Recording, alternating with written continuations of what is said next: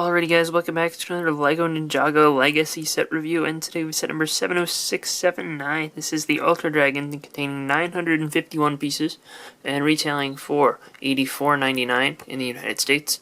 This set contains 6 minifigures, 951 pieces, which is less than the Monastery of Spinjitzu from the same exact wave, which retails for $79.99, so $5 cheaper, and it also contains 2 more minifigures. So, right off the bat, this is looking like it's going to be a worse set. So, I don't know.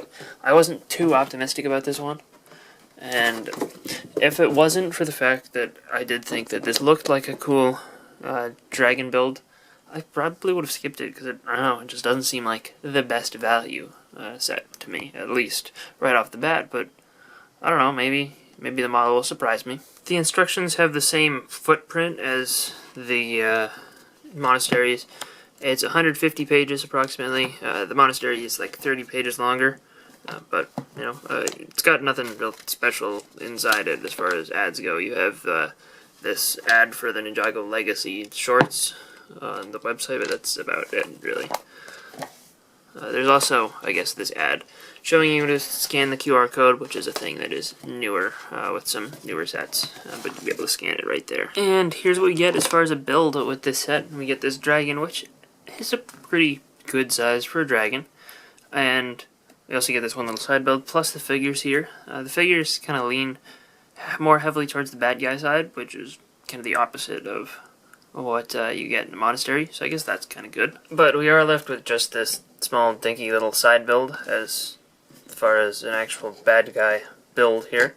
You can stand some figures around the sides and sort of view that as them sort of hiding behind a wall, kind of barracks maybe almost.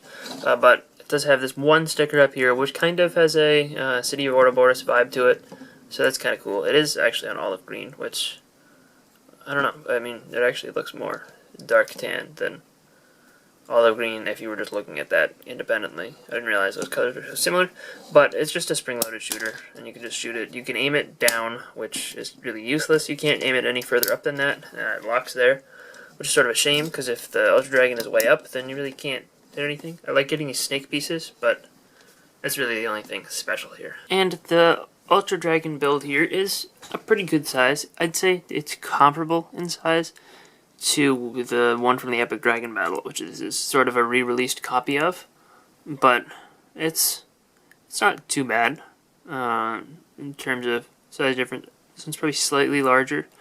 This one is $85. The other one was $120, but it also came with some side builds of a Great Devourer and another snake thing. But you know, it's a pretty decent comparison. The biggest difference that you'll notice right off the bat is the heads here are brick built. They have some decent articulation. You can move them up and down at that point, and then they have a ball joint here. And you know, it allows you to get some pretty good articulation. There's the nice flame sticker here, because this is flame, and he's got the 2 stud shooters. They shoot off red, trans red studs. And I like the shaping around this one. Use of parts is good, and you can open and close the mouth. That's fine. Then we have the Wisp here, right? Or no, this isn't Wisp, this is Shard. This is the ice one. In the original one, they're kind of very similar looking, but they do change them up here. And the heads are not really accurate to their shaping in the show. I will go with that. This one, Rocky is accurate in the fact that he's the most different, but you know, it's really they didn't really attempt to replicate those. He has the ice studs there. Pyramid pieces are cool, and these swords. You can move the ears in and out, and you can move them up and down a little because they're on the curved plates. But each one has one sticker. The eyes are 1x2 printed brick, or 2x2 printed bricks with prints on both sides. And there are 2 different styles of them. There are the gold ones used for the center ones, and then there are the blue ones for the 2 on the outside. We have Rocky. He shoots off Earth, and he can open his mouth. And then we have Wisp on the end, who has 4 of these lightning pieces, which are cool to get. But you know, the heads are pretty decent. Right behind the heads, we've got this little handle which has the chains, which is nice that you don't have to put the chains in their hands in order to make it look good. It's just a little bit easier. And there's just a seat there that Lloyd can sit in. If you want to place more figures on here, you can seat one right here. You can lower those down. Then you would be able to seat one right about here. You'd be able to seat one here. You'd be able to seat one here, here, here. So you could fit like 6 figures on here. If you really try. You could also fit 2 here, I guess.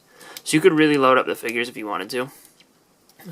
Which, in the show, it fits all 6 ninja plus Wu and Misako and the Tinkerer, I think. So, you know, it's accurate that you can fit a bunch there if you really want to. It's not designed to look the same way, but I think that this is reasonable for a scaled down version. I like the sticker designs there, and just moving backwards a little bit to the legs. These are one of the most disappointing sections, as there's no articulation at all here. You can move the feet, and you have the claws on the front, which are nice, but it's unfortunate that you can't move the legs. On the old one, I believe you could articulate them a bit more than here, at least. I like the use of these rock pieces in white, though. That's really good for the texture of the Ultra Dragon skin. The wing pieces are really nice looking. These are probably the biggest accuracy upgrade to the set, and sort of in combination with that, these are a vinyl, which isn't my favorite. I like when they do the cloth, but the vinyl allows you to have the sort of transparent areas at the edges, and those just look good. The other wing is pretty much the same, and on the underside, it looks sort of a little bit duller, but still pretty good. And just the shaping around the body behind that is pretty good. Again, you got the feet on the back, they just don't have claws, but otherwise they're the same. And you'll notice that you can change the angle of the wings. The point of that being that if you pick up the dragon, it'll be in flight mode. And if you're on a surface with enough traction, it'll be able to stand like that, but typically it'll fall back down to this when you put it on the ground, which, you know, is like landing mode. And if you want to make the dragon flap its wings, you can kind of just move the back section of the body, and you can kind of do that and get a flapping motion.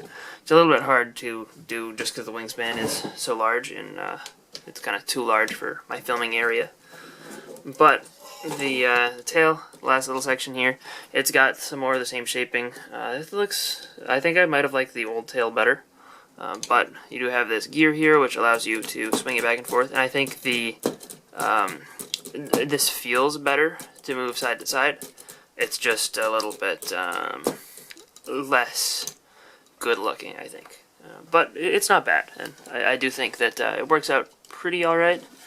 But yeah, I mean, I like the overall look of this dragon, and for a legacy version of the dragon, where they're not trying to straight up remake the thing from the show and be super accurate, it's good, but it's not as great as the monastery in terms of the fact that the monastery looks like exactly like it does in the show.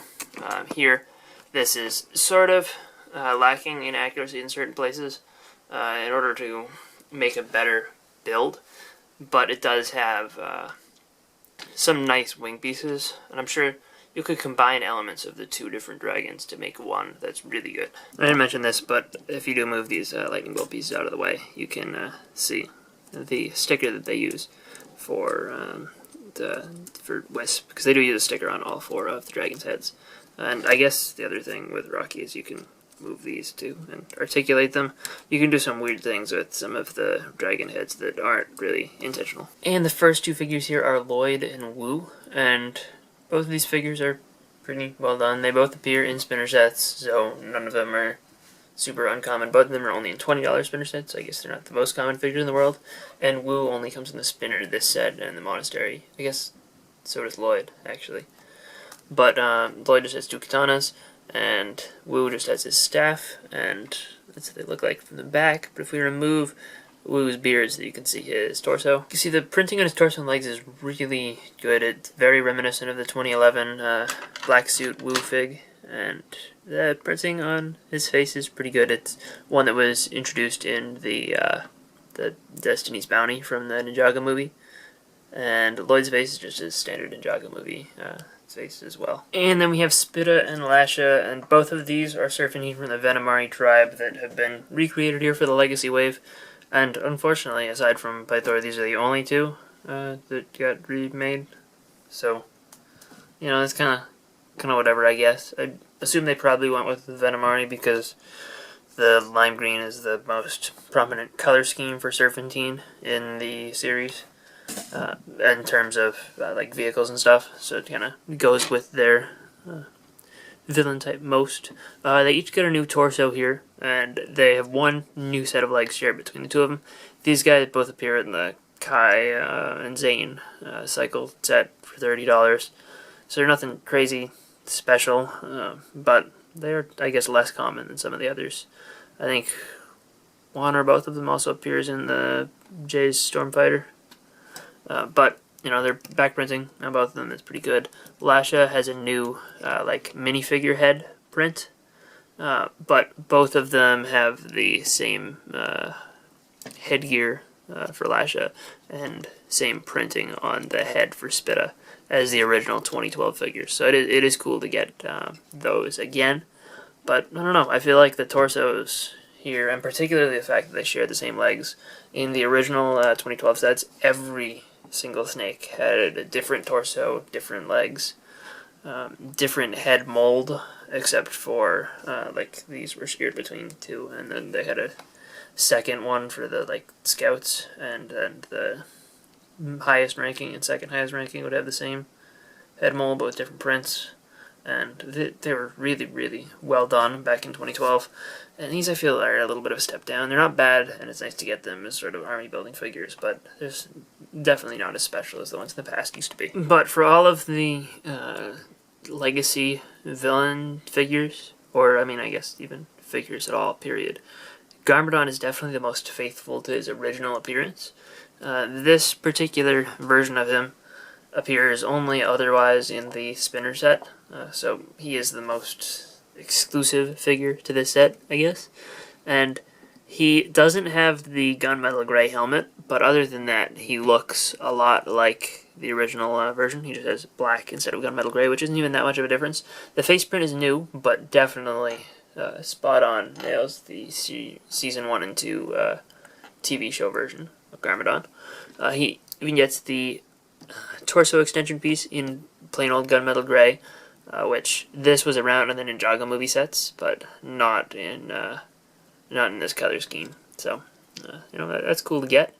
And underneath, he's got a nice torso, which it's new for these two figures. It's very similar to ones we got in the Ninjago movie, except it has the bright purple instead of like a sort of dark blue. I think this one may have back printing that the other one, like the 2011 one, didn't have.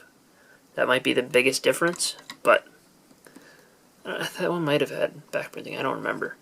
But yeah, this is a really, really good figure, and this is a great thing to get for the for anyone who didn't get the Garmadon from 2012, which I think in 2012 was only in the Epic Dragon Battle and the Destiny's Bounty with this extra forearm version.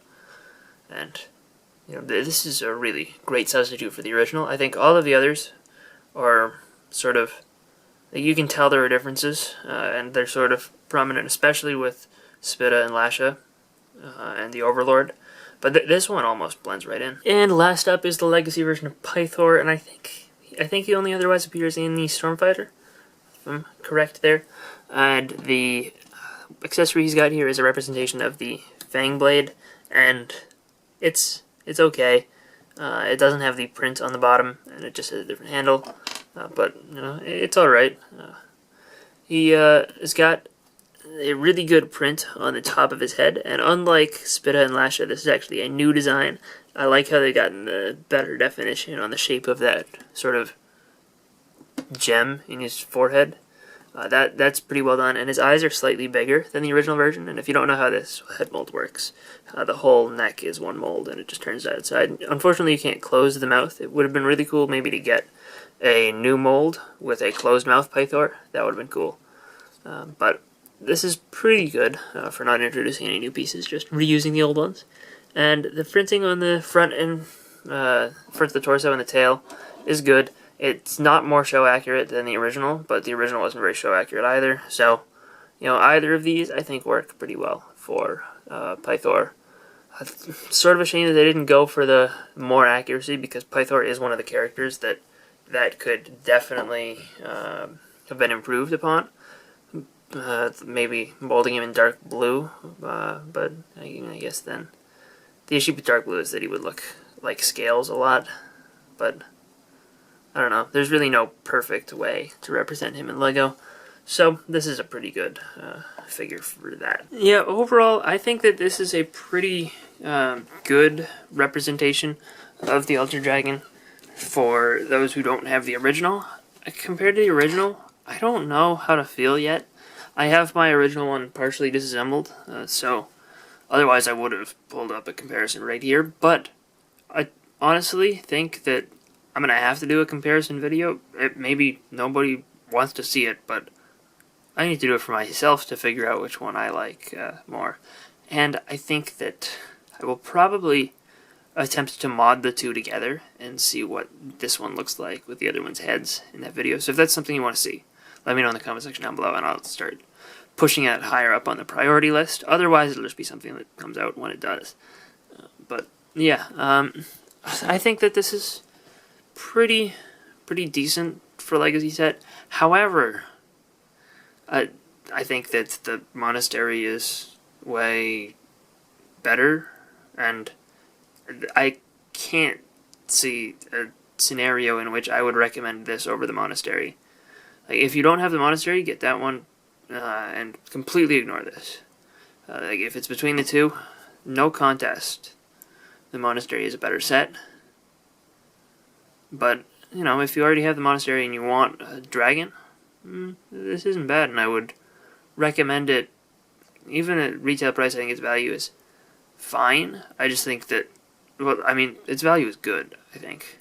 But the Monastery's value is just even better. And it's surprising to me that they can offer two sets at similar price points that are both really good values and have, the larger one eclipsed by the slightly smaller one. That's something that doesn't happen very often. But anyway, I hope you guys enjoyed this review.